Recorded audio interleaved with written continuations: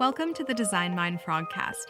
Each episode, we go behind the scenes to meet the people designing what's next in the world of products, services, and experiences, both here at Frog and far, far outside the pond. I'm Elizabeth Wood. Today on our show, we're taking a trip to a place we're calling the Futurescape. The Futurescape is a place built on decentralized connections and thriving micro-communities. It's a place where culture is no longer bound by geographic regions, and sustainable behaviors are simply an intuitive, convenient way of life.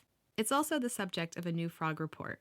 To guide us across the Futurescape and to unpack the many forces at work shaping it today, we're joined by Liron Reznik, Executive Strategy Director, Head of Brand Strategy and Consumer Strategy in Frog New York.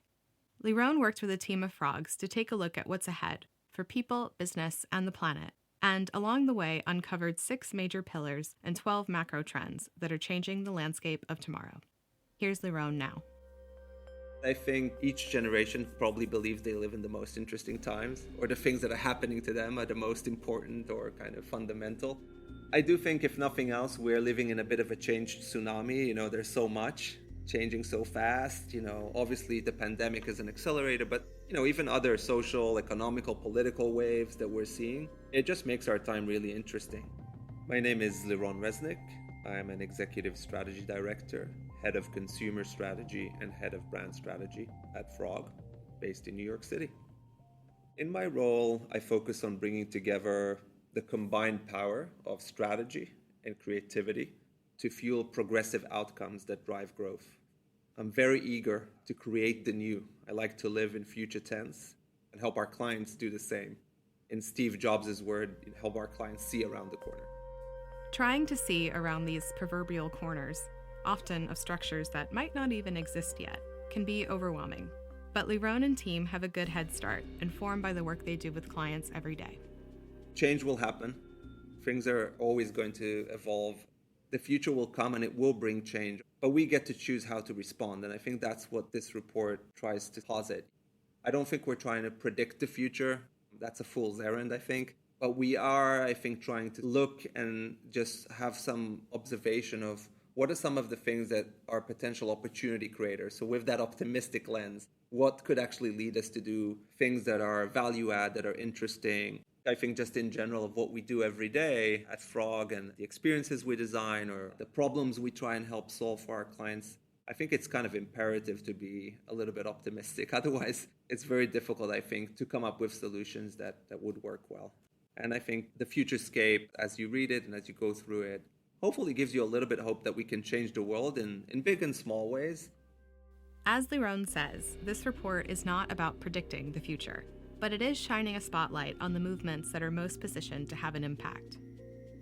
The Futurescape focuses on the high momentum shifts that we are seeing that are shaping the world around us. In the report, we review the macro forces that are shaping the context in which our clients' businesses operate in, the world us as consumers are living in, the starting point of opportunity spaces for businesses across categories. In other words, I guess it's for leaders that are looking at adapting their business practices overall to some of these new market landscapes or new market conditions that are emerging. And when you think of established companies out there, it's a great way for them to become aware of the things that matter most as they look to stay ahead of the curve in their particular industries. And maybe it's just for anyone that's really curious about where things are going, what kind of winds of change are out there, where are they going to take us as people, as consumers, as part of companies. What are these new forces that, in a way, are shaping us all and our sort of realities today and tomorrow? Of course, answering these questions, and indeed knowing which questions are most important to ask, required research. So the Futurescape report is very much sort of fueled by a research scan that we did as a team here. We assembled a team of trend spotters, researchers, strategists, innovators. We did a couple of things to kind of get us going. One is we built on research that we do every day across sectors in our team. So this sort of idea of looking at macro forces, doing trend analysis, of having primary consumer interactions. Those are things that are happening here, obviously, every day at Frog. So we weren't starting from scratch. We also scanned where the money is going. Where are their investments? What do they represent? that was another piece of this. We were looking at some of the areas that we felt have sort of commercial buzz around them. And obviously, since this report is very much focused on consumer macro trends, we kind of connected the dots between some of that activity and what does it mean or what spurred it from a consumer perspective. The macro trends we're discussing, I think they're all supported with data. When we do our research, we look pretty wide and we look at publications, sites, etc., that cover culture, that cover new ways of expression, and not just the mainstream media kind of titans. We try to augment that and we try to have a wide view, a cross-category view. So that, I think, gives us the richness, I think, of understanding, and that's how this tapestry that ends up being the Futurescape gets created. Eventually, the team arrived at 6 pillars shaping the Futurescape and 12 macro trends that reach across all sectors, fueled by emerging tech, shifting consumer demands, and disruptive new modes of working. When we were sort of starting to put this together, we kind of looked for areas that later became the pillars of the report, areas that are high in importance, both in terms of the fact that they are disrupted in a significant way, so there's something to talk about, but also in terms of the fundamental impact they would have on consumers, on our culture at large, on the spending habits that people will have, and obviously that becomes an opportunity from a business perspective. And in this report, we identify and we define 6 key pillars: organization, identity, influence, connection, fulfillment, and home. And we organize the information under these 6 pillars and talk about what we're seeing and the new opportunities, the new movements that we're seeing within those particular pillars. Within each of these 6 pillars, we have also 2 powerful tailwinds, what we call macro trends or macro forces, the type of things that really kind of are the meat and potatoes of this report. I think if you work in a B2C company or you work in a B2B type kind of company or industry, you should find something interesting in these pillars, no matter what. The first of the 6 pillars identified in Frog's Futurescape report is organization. The organization pillar, when we look at that particular pillar, we see a shift from what we label central command to decentralized everything. And that pillar is focused around looking at the structure underlying tomorrow's world. And we see one there that's built with decentralization at its core. And within the organization pillar, there are 2 macro trends that we're covering. One we label hive mind, and another we label fishbowl brands.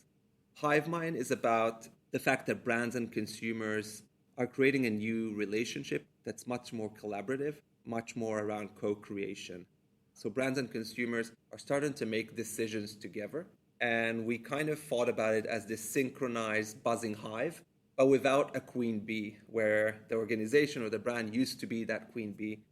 So if you think about the boom of the creator economy that we're seeing, the increasingly popular digital assets and devices, NFTs, we had to say NFTs in a Futurescape report podcast, right?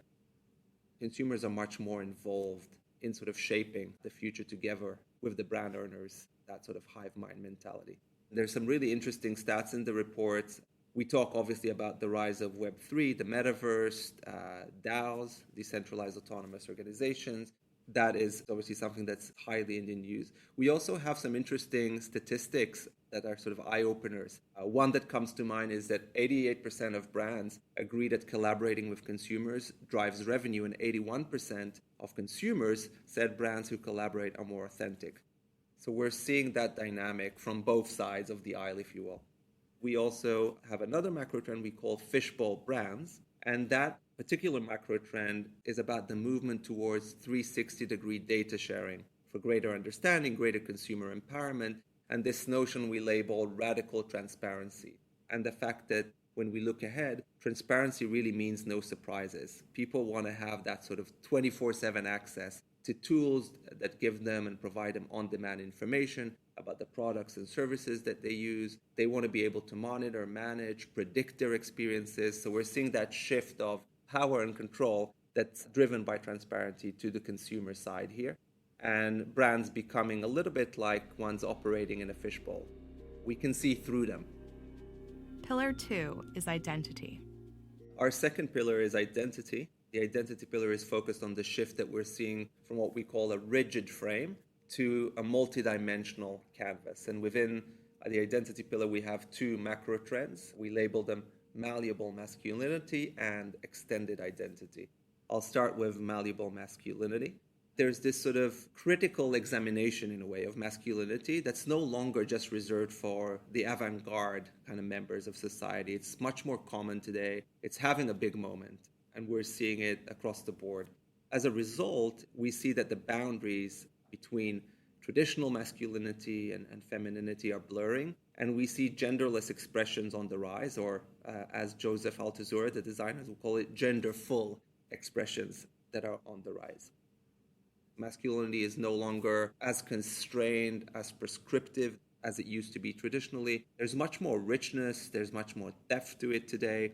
Inclusive design that I think really resonates in the market, and inclusive design is something we in general think a lot about at Frog, both from a gender perspective as well as other perspectives.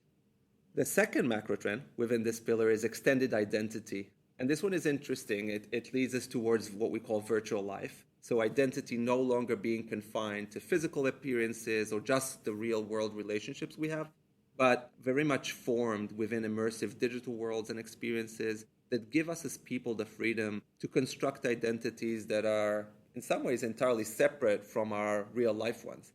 Some interesting data that the report features is that 33% of Gen Z believe their online identity is their most authentic self, which I thought was really, really fascinating. And 55% of Gen Z believe that the internet is a more creative space than anything that they experience in real life. So there's an open canvas, and it's a wider canvas.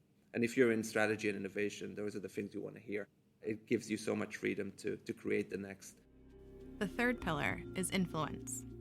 The influence pillar is characterized by a shift we're seeing from what we call uniform and airbrushed to unscripted and vulnerable. So here we have two macro trends in the influence pillar. We call them soft power moves, and the second one is called the post-aspirational standard. When it comes to the macro trend of soft power moves, we're seeing a more interesting view of globalization. The term globalization has been around for a long time. It was coined in 1983. Yet we're just, I think, beginning to see what a true global melting pot is actually going to look like.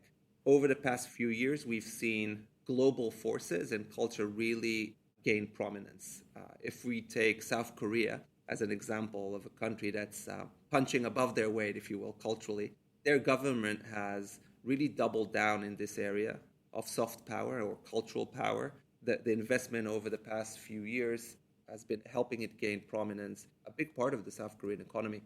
We also see new channels that are really changing the game in favor of a more global mass culture. Obviously, TikTok is one of those platforms, not an American-owned platform, of course, as well as Spotify, coming from Sweden. Both big culture makers, culture-making machines that spread the songs, the foods, the dances, and some of the social movements around the world faster than ever before. Nothing is foreign, nothing is quote-unquote weak. Everything is sort of fair game, I think. And I think there's just a much more, in some way, compassionate reality coming as a result of that. So that was our first macro trend, influence. And the second one is the post-aspirational standard. And today we're seeing imperfection as the new authenticity and sort of a post-aspirational consumer emerging that no longer flocks to just traditional luxury staples. They're looking for ones that reflect a more authentic reality, kind of moving from a culture, I think, that just glorifies the sort of notion of thriving and kind of pushing and hustling ahead into a place where it's okay not to always be okay. It's okay not to always be perfect. I think it relates to another big trend of the mainstreaming of mental health conversations and discussions. Pillar 4, connection. So our fourth pillar is connection, and it's pretty much focused on the shift we're seeing from what we call relationship points to relationships with purpose. So going from a world of connections displayed with points and likes, like a scoreboard mentality, and seeing that being replaced by hand-picked human interactions that are more meaningful for folks. And there's two particular trends within this connection pillar that we cover in the Futurescape report. We labeled them slow ships and atomization of community. The first one, slow ships, is about what we're seeing as a result of digital interactions becoming truly ubiquitous. And because of the fact that there's so much more, especially post-pandemic, digital interaction in our lives, what we've seen that produce is actually a consumer desire for some limitations on that. Seeing some focus on the type of physical constraints in a way of time and place coming back and in demand from people. So going from a past perspective that sort of said that the more followers, connections, etc. that you have, the merrier, to a world where there's more intentional perspective about this whole thing, a desire for more reciprocity in terms of relationships, looking for something that's a little bit more fulfilling. And it's kind of interesting because it impacts the way products and services and experiences are designed. One particular example we cover in the report is a dating app called Thursday, like the day of the week. And it's an app that sort of tries to sort of combat some of the dating app fatigue and kind of create more successful connections between people by condensing the dating experience into sort of this one-day marathon of matching, of chatting, of meeting, and pairing it with real-life events. It's really interesting how we went through so much in the dating scene to get to this, where we're just trying to, in a way, emulate a day in a life, real life, and where we see the focus is now regarding these, what we call slow ships, these relationships that introduce some of the limitations of real life back in. The second trend within the connection pillar is the atomization of community. There we're seeing individuals moving beyond identification with these broad communities and moving more in favor of associating themselves with smaller squads, as we call it, micro communities. And in a way, these micro communities become really important for companies, for brands to pay attention to. So moving from a past perspective where companies would do audience targeting or target audience development work and look at demographics as the lead way of thinking about it, to not just moving to psychographics, but what we call in the report new age psychographics, to create sort of a better connection with multiple communities and smaller communities at that, these micro communities we discussed. So looking at creating almost what we call micro virality, trying to create, take a particular company, a particular brand, and have enough flexibility and complexity built into it so that micro communities of all kinds can connect to it. Pillar 5 is called fulfillment. We see a shift from a focus on climbing the ladder to this focus on nurturing the soul and anticipating how workers will be a lot more intentional in how they view work, setting boundaries, prioritizing wellness, making time to grow their side hustles, which is a big thing, and just spending time with those that matter, family, investing in relationships. And we obviously believe there's no one-size-fits-all guidebook for life for everyone, but we do see a sort of shift toward this area of nurturing yourself, your soul, more than just kind of the singular focus in a way on work as a way of fulfilling.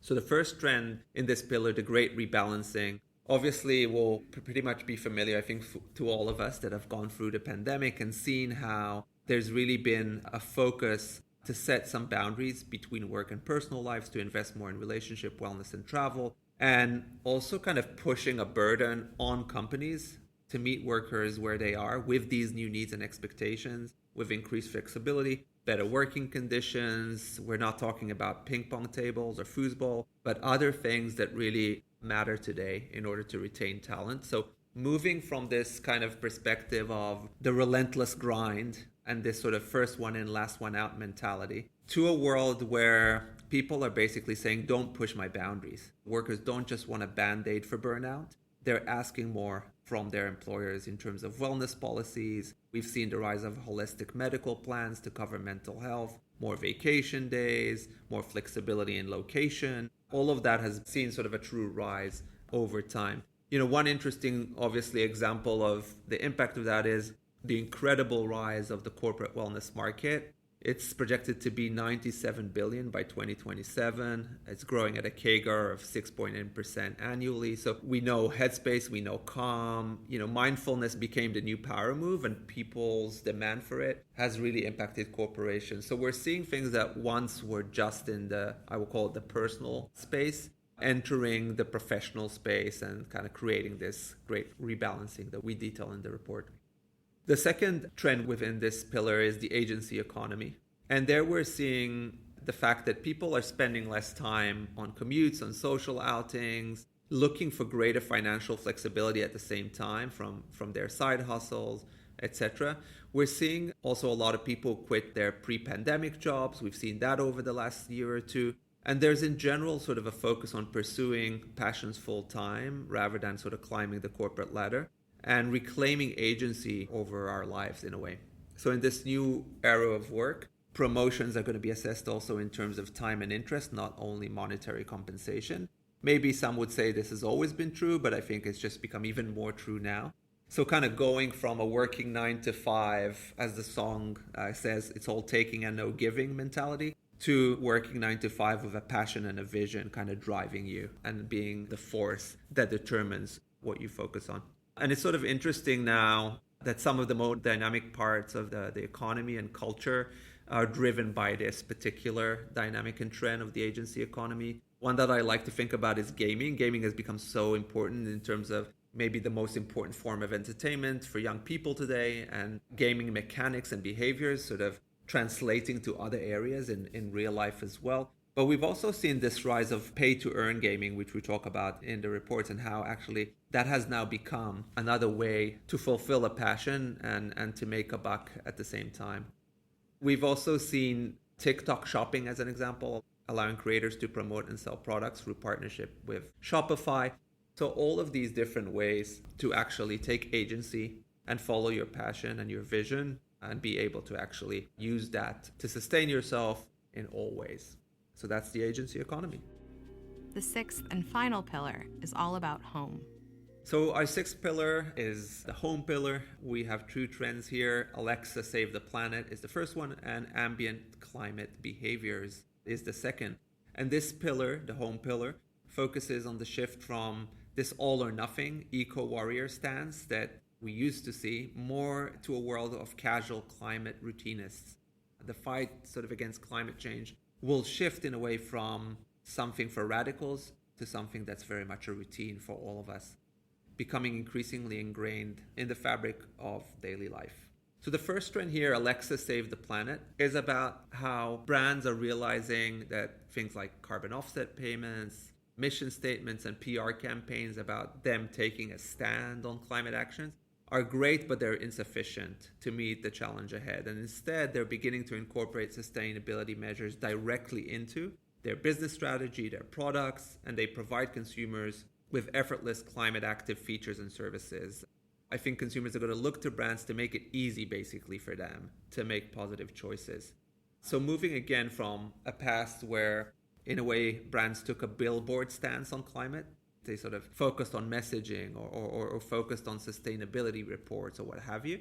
And now very much moving the focus and maturing in a way the focus to expand and create product and service climate menus, as we call it. So instead of just signaling climate efforts, trying to become climate ambient, sort of gently incorporating sustainability across the business in order to meet consumers' expectations for products, for services that help them feel responsible, help them feel they are playing a part in fighting climate change without changing some of their beloved routines. And we love this sort of title of Alexa Save the Planet. It should be as easy as that, as us just saying it will be so. Let's hope so. The second trend here is ambient climate behaviors. And this sort of moving from climate activism as counterculture, as something that really isn't in the mainstream, but is very much the purview of those that are fighting the mainstream, to it becoming today and into the future more quiet and commonplace in a way. Consumers sort of not getting a gold star for recycling or carpooling or picking trash off the beach, but just making this part of your day-to-day behavior more so. So very much connected also to the prior trend.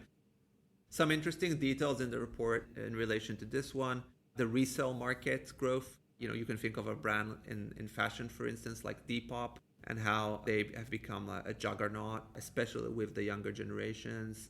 60% of millennials, we report in the Futurescape, buy from companies that are conscious of protecting the environment and favor items with eco-friendly packaging. Maybe not a surprising stat. But what is, I think, interesting for us to think about is how, as companies, as businesses that create new things, whether it's products, services, experiences, business models, how are we able to make sure that the climate fight is just a core part of it without just having it as a badge? How does it, in a way, become ambient? And that's something I think that more and more companies are doing and more consumers are expecting. And if we're optimistic, I think we can say that business can really have a positive role in terms of just the future we have and how we are actually able to sustain the things we love and the routines we have today into the future. There's a lot more to dig into in the Futurescape report, including analogs from businesses that are already leading the way and the design provocations these movements are inspiring. The team that worked on this report, they were amazing. They uncovered, they developed, they imagined, they did all of the things that we do when we're at our best. And I hope that when people engage with the report and read through it, review it, they'll see the passion that they brought into it. A couple of, I think, good reasons to download the Futurescape report is, number one, I think it helps you be aware of some of the forces that matter most. And awareness is the first step towards any meaningful human action. So I think it raises awareness of important dynamics. I think, number two, it inspires, I hope, with some thought-provoking questions, examples, opportunities in terms of how you might act accordingly in your business, in your industry, in your category. And number three, I think, relating again to some of those examples, facts, stats that are in the report, those are great, I think, ammunition to convince your colleagues to pay attention, or maybe they connect to something you've been thinking in your business about an initiative, let's say, that you want to push forward.